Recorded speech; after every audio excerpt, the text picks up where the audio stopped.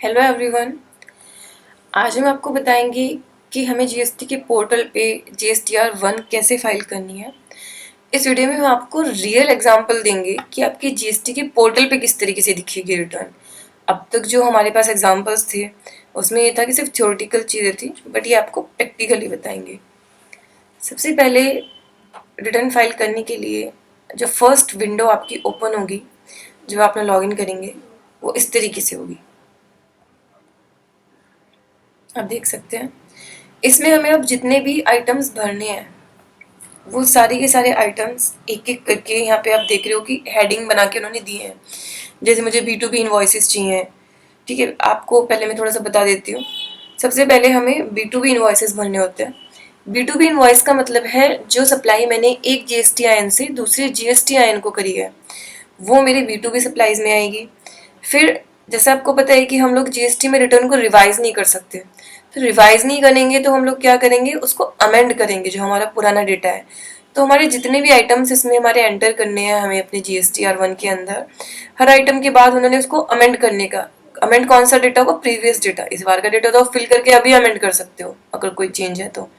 आपने जो पिछले महीनों में डेटा भरा है अगर आपको वो अमेंड करना है तो उसके लिए आपको उन्होंने उसके जस्ट बाद में ऑप्शन दिया है। देखो जैसे यहाँ पे आप पहले भरोगे B2B इनवॉइस, फिर आपने जो पुराने इनवॉइस भरे थे B2B उनको अमेंड करना है 5A।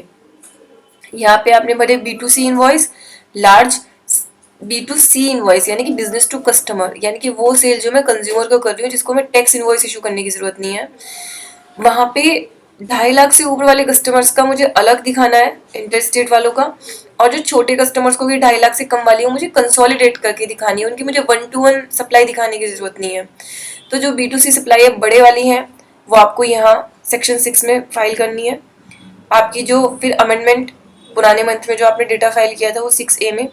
फिर क्रेडिट और डेबिट नोट्स जो मैंने फाइल किए हैं, देखिए जहाँ पे मेरी सप्लाई जो एक्चुअल सप्लाई है उससे कम होनी थी, मैंने ज़्यादा कर दिया है, तो वहाँ पे आपको क्रेडिट नोट देना पड़ेगा। और जहाँ पे आपको एडिशनल करनी है वहाँ पे आपको डेबिट नोट देना पड़ेगा। जैसे हम लोग सप्लीमेंट्री इनवॉइस देते थे, यहाँ पे डेबिट नोट और सप्लीमेंट्री इनवॉइस आर इक्वल। फिर पुराने डेटा जो फाइल किया है उसमें अमेंडमेंट, ये हमारा फर्स्ट पेज हो गया इसका। आगे एक्सपोर्ट इनवॉइसेस, क्योंकि हमें एक्सपोर्ट की भी पूरी इनवॉइसेस यहाँ फिल करने हैं। देन जो पुराने अमेंडमेंट इनवॉइस एक्सपोर्ट इनवॉइसेस हैं उनको अमेंड। B2C स्मॉल जो हमने किया है वो सेक्शन 7 में आपकी आएंगी, यानी कि 2.5 लाख से कम वाली जो है इंटरस्टेट दोनों, वो हमें यहाँ पे दिखानी है। इनको हम लोग कंसोलिडेट भी दिखा सकते हैं। अभी इस एक एक को मैं आपको ओपन करके भी दिखाऊंगी कि ओपन करके कैसे दिखेगा। ये तो एक कंसोलिडेट है। अब आपको इनमें से जिसके अंदर भी डेटा फिल करना है उसको आप जस्ट सिंपली क्लिक करेंगे और क्लिक करने के बाद आप उसके अंदर जा सकते हैं। ये आपके 7A के अमेंडमेंट, नील रेटेड सप्लाई, क्योंकि हमें नील रेटेड सप्लाई भी दिखानी है। अब ये टैक्स लायबिलिटी एडवांस पेमेंट क्या है, जैसे कि आप जानते हैं कि जीएसटी के अंदर अगर आपको एडवांस रिसीव हो गया तो भी आपको टैक्स पे करना है, या आपने एडवांस पे किया है तो वो भी आपकी एक सप्लाई हो जाएगी, आपकी रिसीट हो जाएगी। तो सेक्शन 11 में मुझे वो दिखाना है जहाँ पे मैंने एडवांस पेमेंट की वजह से टैक्स पे किया है। रीजन बीइंग दैट जब आप उसका इनवॉइस रेज करोगे फ्यूचर में तो आप उसको फिर वहाँ एडजस्ट कर लोगे कि इसका एडवांस मैंने, आपने यहाँ पे एडवांस पेमेंट दिखा दिया, ठीक है। अमेंडेड टैक्स लायबिलिटी आपकी पुराने एडवांस पेमेंट जो आपने किए थे उनको कुछ चेंज करना है तो उसके लिए। अब ये देखिए जब आप इस वाले एडवांस पेमेंट का इनवॉइस रेज करोगे बाद में, वो आपका यहाँ आ जाएगा, tax already paid on invoice issued in the current period. तो वो वाला इनवॉइस आप यहाँ पे एंटर करोगे तो उसमें आपकी टैक्स लायबिलिटी नहीं आएगी क्योंकि आप टैक्स यहाँ पे ऑलरेडी पे कर चुके हो। तो वो वाला आप यहाँ पे एंटर करोगे। Supply is paid through e commerce operator, industry specific है इसलिए इसको हम डिटेल में डिस्कस नहीं कर रहे हैं। फिर ये HSN और SSC wise supply of outward supply, ये आपकी खुद कंपाइल होके आएगी। अब एक एक चीज मुझे कैसे फिल करनी है। सबसे पहले मेरा था B2B इनवॉइसेस। B2B इनवॉइसेस जो आपने भी ऊपर देखा था उस पर आप जैसे ही क्लिक करोगे आपकी ये विंडो ओपन हो जाएगी। इस विंडो के अंदर तो आपकी नॉर्मल इन्फॉर्मेशन है, ये आपने जो जो इनवॉइस एंटर कर रखे हैं वो एक एक करके आपको ऐसे दिखते रहेंगे यहाँ पे। जैसे आपका एक क्लाइंट के आपके लेट से 5 इनवॉइसेस थे, इस तरीके से वो क्लाइंट वाइज उसको रिसीवर डिटेल के वाइज से आपको कंपाइल करके दिखाता रहेगा। इसमें अगर आपको एक एडिशनल इनवॉइस ऐड करना है आप उसमें ऐड इनवॉइस कर सकते हैं।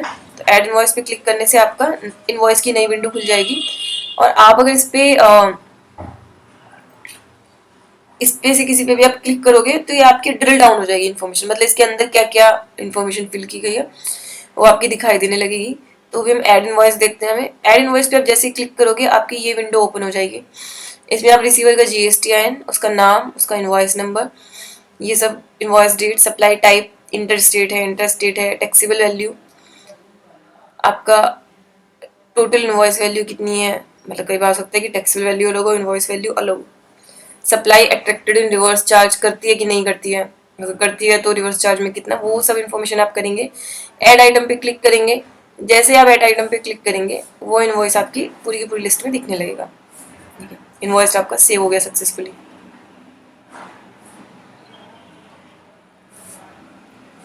आगे इस तरीके से आपके इनवॉइसेस दिखते रहेंगे। आप उनको ऐड कर सकते हैं, अमेंड कर सकते हैं। जैसे आपने फिल कर दिया, आप इसको अमेंड करना चाहते हो तो आप इस पर क्लिक करके अमेंड पे भी जा सकते हैं यहाँ से। नाउ ये देखिए, आपने अमेंड पे क्लिक किया, आपका इनवॉइस ओपन हो गया। कोई आपको जैसे अमेंड करनी है वो आप यहाँ से अमेंड कर सकते हो। अगर आपको कुछ रिवाइज वाली चीज़ें है तो आप पे रिवाइज की, जैसे आपका इनवॉइस नंबर है वो आप यहाँ पे डाल सकते हैं।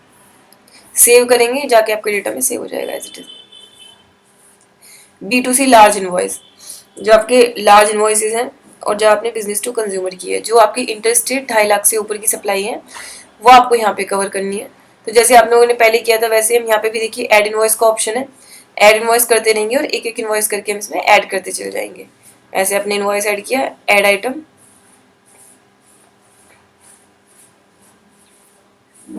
देन जैसे आपको पूरा कंपाइल हो जाता है तो वो पूरा का पूरा आप यहाँ पे डाल सकते हैं।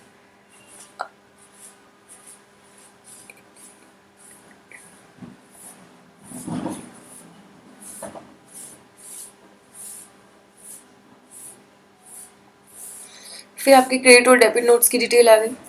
क्रेडिट और डेबिट नोट्स की जो डिटेल है वो हमें यहाँ पे फिल करनी है।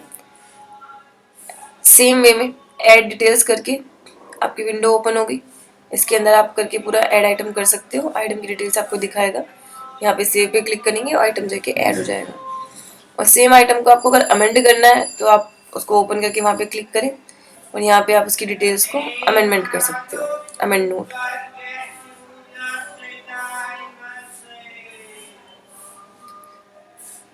नेक्स्ट हमारी आगे एक्सपोर्ट समरी। एक्सपोर्ट समरी हम यहाँ पे एंटर कर सकते हैं and in the very same way हम इसको भी अमेंड कर सकते हैं। देखिए,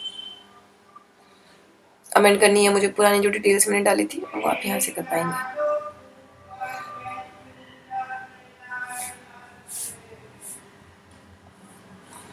अब जैसे स्मॉल वाली डिटेल मुझे डालनी है, आपको जो स्मॉल एसएससी की डिटेल डालनी है वो आपको कैटेगरी वाइज डालनी है।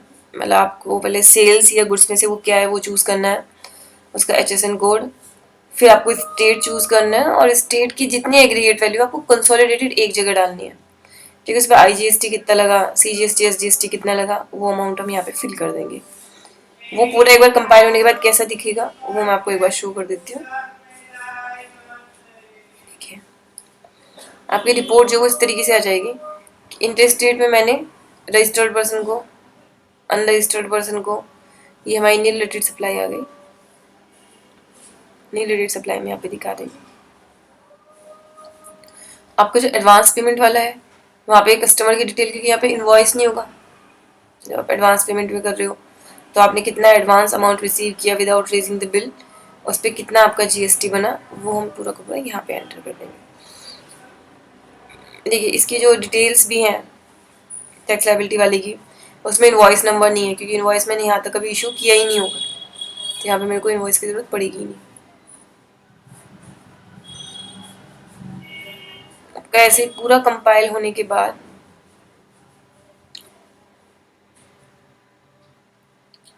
ये आपका ई-कॉमर्स पोर्टल का है, इंडस्ट्री स्पेसिफिक है इसलिए इसको मैं डिटेल में नहीं दिखा रही हूँ आपको।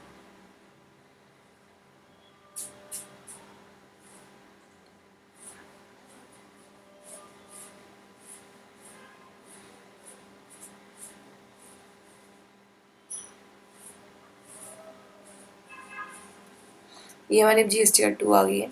तो हमारा ये वाला सेशन GSTR1 तक ही है। GSTR2 के लिए we will start a new session. आप दूसरी एक वीडियो में देख सकते हैं वो चीज़। Thank you so much.